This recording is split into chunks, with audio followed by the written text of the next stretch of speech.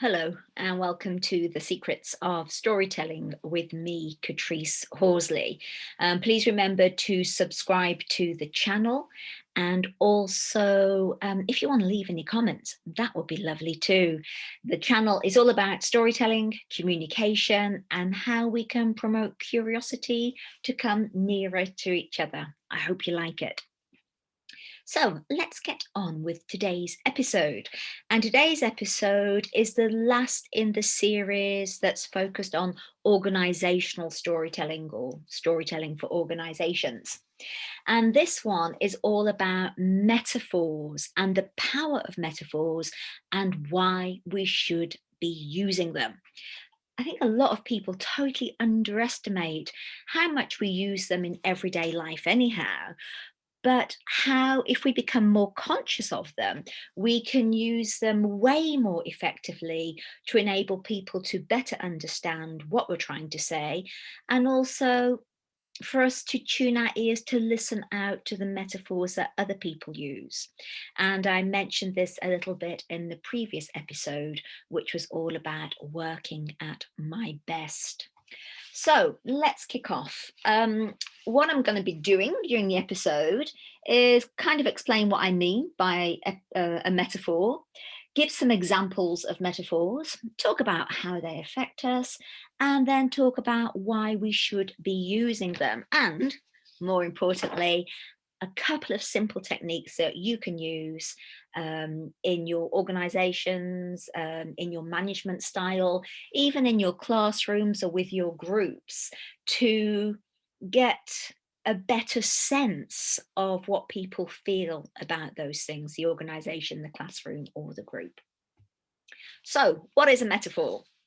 A metaphor is a figure of speech that directly refers to one thing by mentioning another. So it directly refers to one thing by mentioning another. And there are various types of metaphor. There's about 4. So there's your standard metaphor, which is X is Y. So as an example, Shakespeare said, all the world is a stage. So he refers to one thing, the world, by mentioning another, a stage. And that's one of the most standard ones. Then you have an implied metaphor. And this is where it compares two things that are not alike without mentioning them.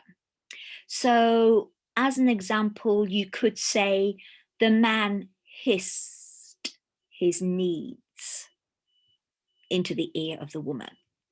And by using the word hissed, you are comparing him in some ways to a snake without mentioning the snake. So that's an implied metaphor. Then you have a visual metaphor, and these are often used in advertising. And I've put there the idea of placing a cheetah next to a car to give the idea that the car is fast and slick. And the last one is an extended metaphor, and these are used a lot in poetry, where you might take the idea of the sea and the waves upon the sea and the currents within the sea to describe emotions and feelings, and that metaphor is continued throughout the poem. We're mostly going to be looking at the standard metaphors and perhaps a little touch on the visual metaphors. So, examples of metaphors that we come across all the time and that we quite often use even without thinking. So, one of the first ones that kind of sprang to mind as I was researching and looking up is this idea of, in the Bible and the New Testament, Jesus being referred to as a shepherd, or the Lord is my shepherd, I shall not want, and we are his sheep. I think that's from John. I am a good shepherd. I lay down my life for the sheep. So it's not saying that he is a shepherd, and it's not saying that we are sheep. It's a metaphor. And this is a lovely metaphor. I really like this. This was Vincent van Gogh, who said that conscience is man's compass. So the most obvious metaphor, using a compass to describe the conscience. In organizations, a metaphor could be something like the content landscape isn't a mythical blue ocean lacking in competition. It's a teeming jungle with plenty to eat and drink and plenty that wants to eat you. So there's actually kind of two metaphors there, but they're being used together. And then a last example, and it's last for a reason, is something like it's raining cats and dogs.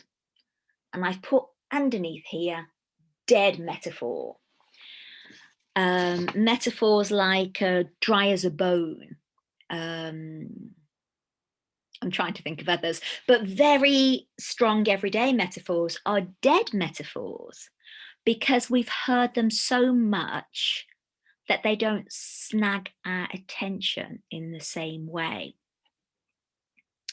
I want to stop here to acknowledge that this is English and I'm using kind of well-known English metaphors that are used within the English language. And every culture, whether that culture is a large group of people, whether that culture is within an office or a prison or a hospital, every culture will have its own metaphors. But metaphors exist in every language. And I think one of the incredibly frustrating things, certainly for me, when I moved here to Sweden, which is where I live now, is not having the vocabulary of metaphors, which I use all the time in English, in Swedish. And some of the English metaphors absolutely don't work in Swedish and they don't mean anything in Swedish. So when I'm going through this idea of using metaphors and the power of metaphors, I want you to be very aware and mindful of cultural metaphors that might exist within your organizations and within the people who work within your organizations. And that goes back to the first episode of Secrets of Storytelling, to do with there being 3 different types of story: cultural narratives, social narratives, personal narratives, and traditional narratives. So always keep that as an underpinning when you're using story and thinking of story. So how do they affect the brain? I love this, and some of this would have been in the neuroscience and narrative, one of the other episodes that I did in this series, but this is a little bit more specific. So if I give an action-based metaphor, like we need to kick these ideas around and see if we can get them in the goal of our vision, what happens in your brain is the sensory cortex is triggered because I've used the word kick. So it's a physical activity, and that part of your brain responsible for moving your leg is kind of activated by the use of the word kick. If I say something like, oh gosh, she's a bit wet behind the ears, she's a newbie, she's wet behind the ears, that again stimulates the part of your brain that is responsible for touch and feeling textures. If I had said she is naive, that wouldn't have been activated. So when we use metaphors, we actually stimulate more fully the brains of our listeners, and also our brains become more activated and more stimulated. But that doesn't happen with metaphors that are dead metaphors, because it's almost like we don't hear them because there's so much part of our language and our experience. So they have a direct effect on how your brain is stimulated and how you respond based on that. So why use them? I hope that you're already thinking, oh yeah, I hadn't thought of it this way. There are very good reasons for using them, without Katrice even going on explaining. This is one of my favorite quotes about metaphors. They hold the most truth in the least space. They hold the most truth in the least space. Metaphors enable us to share complex ideas, deep, complex ideas in simple forms that create strong responses. I just said that in a different way. I should have used a metaphor. They condense and distill these big, huge ideas through our funnel of senses and understanding into this distilled idea that we can hold and take and that makes sense to us. Can you see what I did there? I used a metaphor. Now, in some ways that can work for us, and usually it does, but it can also work a little bit against us because it kind of gives one idea and one image, one distilled essence of what we're trying to say. And most organizations and most management styles are based on an implicit metaphor. So some management styles, and I'm going to go through them now and I'll give you the details of where I got the information from. Might be very much people say, oh, it's like, I don't know, in some organization, it's like a hive with all these busy bees, but there's only one queen. And if most people believe that, and that's the story that's told, that's the main metaphor that's used, there's no space for other metaphors to come in. So yes, they give us a strong distilled essence of what we're trying to say, but they only give the one. And sometimes it's interesting to shake it up a little bit. So I'm going to give you a series of possible metaphors that are used for organizations. And this comes from Gareth Morgan's book called Images of Organization, which is a really fascinating book. And one I find really interesting, not just by itself. I tend to use it with the clean questioning that I mentioned in the last episode, as well as these narrative processes that I have. So metaphors that are quite often used for organizations. So, and I've come across this, and you will recognize this as I go through it. A machine. So this organization is a machine, and people might say they feel like a cog in a big clock. They might use language like clockwork. It goes like clockwork. We all have a role within the greater organization, and language like input and output will be used. So it's a machine. You feed stuff into it, you get stuff out of it. Then you have the organism metaphor, and this is usually revolving around words like environment, cycles, sometimes survival of the fittest, needs, evolution. We need to evolve into a better blah, blah, blah, blah, blah. So that's the second one. The third one, the brain, the organization as a brain. And I've been, a lot of educational organizations use this metaphor, I think. And that's to do with learning, parallel processing, mindsets. All of the language is kind of linked into learning in the brain. Culture, the organization as a culture. And you'll be talking about the society and the values that we want to develop, our beliefs, our vision, our mission. So as a culture. Then you can have the metaphor of a political system, and a lot of that is to do with, enabling equal rights, making sure that people have access to power. Some people might talk about hidden agendas or the inner circle, the elite, the secret conversations that happen behind closed doors. These are the ones you probably don't want. Psychic prison. to do with conscious and unconscious processes and bias and repression and silencing. I think all of us, to be truthful, are in this next one. I used to work for a big city council, and this was the constant state of it. There was never a settled state. And I think that's true of every organisation. It's never like, and now we are where we want to be, because there's always change. But the next one is flux and transformation. Equilibrium, systemic organization, dynamic, chaos, complexity. And these are the kind of words that are associated with that metaphor. And then you definitely don't want this one, domination. And people talk about feeling alienated. They will be talking about being forced into situations that they don't want to be in.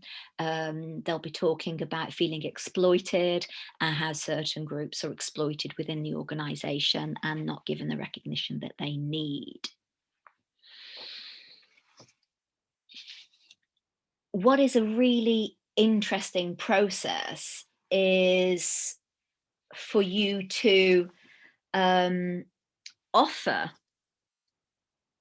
some kind of opportunity for people to describe the organization, the classroom, the management structure. And just ask for them, say in 5 words to describe what it is like. So working in this organization or being in this classroom or being part of this hospital staff, being part of the hospital staff is like. And then to start to identify what are the most common metaphors that come up. And you'll see that you can start to classify those. Perhaps a lot of people are talking about it like a machine. And the problem with talking about it like a machine is that often emotions aren't there and feelings aren't there. And they have to be there because we are human beings with emotions and feelings. And emotions and feelings tend to inform our actions. Quite often, they're the ones, it's the emotions and the feelings that make our decisions for us. Even if we logically give ourselves like, I could do this, I could do this, and I could do this. So your higher order thinking process is activated. It tends to be your emotion that makes the decision. I always used to give the example of perhaps going past a shop and there's a pair of, I don't know, a pair of shoes that are saying, oh, buy me. And my high order thinking is going, Katrice, you can't even walk in those shoes. But my emotions are going, yeah, but I really love them and they're really nice. And my higher order thinking is saying, Katrice, but you haven't got any money to buy those shoes and you haven't got any clothes to go with them. And my emotions are going, yeah, but I could buy a dress to go with them because they're such an unusual color and it would be lovely to have an outfit. And then my higher order thinking will be saying, Katrice, you are maxed out on your credit card, you have no money. And my emotions are saying, yeah, and that's why I need the shoes because I feel so depressed, I'm going to buy the shoes. So yes, our higher order thinking gives us the choices, but it's usually our emotions that make the decision. So we can't exclude emotions from the processes that take place within our organizations.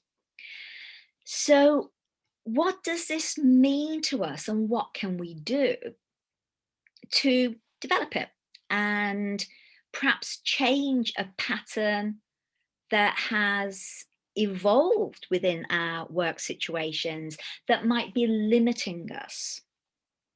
So what I think is a really good idea, and what I quite often do, is offer different metaphors. So I might say, if this division or department, if the finance department was a children's toy, what would that children's toy be and why? And it's really interesting, the answers you get. Or if it was a plant, what kind of plant would it be and why? Or if it was a place, I don't know if it was a city or if it was a journey, or if it was any place, a circus, whatever, what kind of place would it be? And if it was an animal, what type of animal would it be, and why? And what happens is, as the people start to think of this, they might say something like, it would be a jack-in-the-box toy. And sometimes you feel very secure and you're in your space and you're in your finance department and everybody is comfortable in there, but sometimes you feel like you're in the dark because people aren't giving you the information that you want. And then suddenly management come up, press the button, and you have to pop up with all the answers when you haven't been given them because you've been kept in the dark. And you as management go, now I can identify more clearly where the problem is and what it feels like. They might say you're on a constant spring, or there's a constant tension because you don't know when management are going to press the button for you to jump up and give the answers. So I think it is powerful to ask people to think in terms of metaphors, because it highlights what it means to them. It highlights the emotions and the deep senses that they feel, and it gives you a much deeper and meaningful understanding of what your staff, what your pupils, what your employees are going through. Combine this with the clean questioning that I mentioned in the previous episode, and you have got something profoundly powerful. So when a member of staff says to you, I constantly feel like I'm hitting my head against a brick wall, and you use clean questioning and you talk about, and what kind of wall is that? And where is that wall? And is there anything else about that wall? It gives you such a clear understanding and an empathy for what that member of staff is going through. There is a whole process that I use based on this to find out better how people work at their best, what they think about an organization, and how we can start to develop a horizon, a shared horizon that we are going towards. It doesn't have to be a shared point, but it does have to be a shared direction, because the finance team might be going to this point on that horizon. The HR might be going to this point on that horizon, but you are going in the same direction. So you don't all have to get to the same place. So that's it. That's the end of the organizational development section of the Secrets of Storytelling. Again, please email me on the website, which is www.narrativeforchange.com, and it's actually linked on the YouTube page anyhow. Please email me or message me here on the YouTube channel if you are thinking, do you know what, I would really like to know about how storytelling can be used in, I don't know, some other area. The next theme that's coming up, the final 3 on this series, which has been 12 episodes, it will have been 12 episodes of the Secrets of Storytelling. The next 3 cover presentation skills. And that is not just to do with digital presentation skills, that is to do with presentation skills when we are no longer in lockdown. And not only how you can use your body and how you can use your voice, but also how you can create your content to make it more interesting and more exciting, and not in a very formulaic, prescriptive way, in a way that stems from your passions, your desires, and your knowledge. So I look forward to sharing that with you. That will start coming out next week, and there'll be 3 episodes of that, storytelling and presentation skills. So until then, stay hale, healthy, and hearty. It's my new phrase. I love it.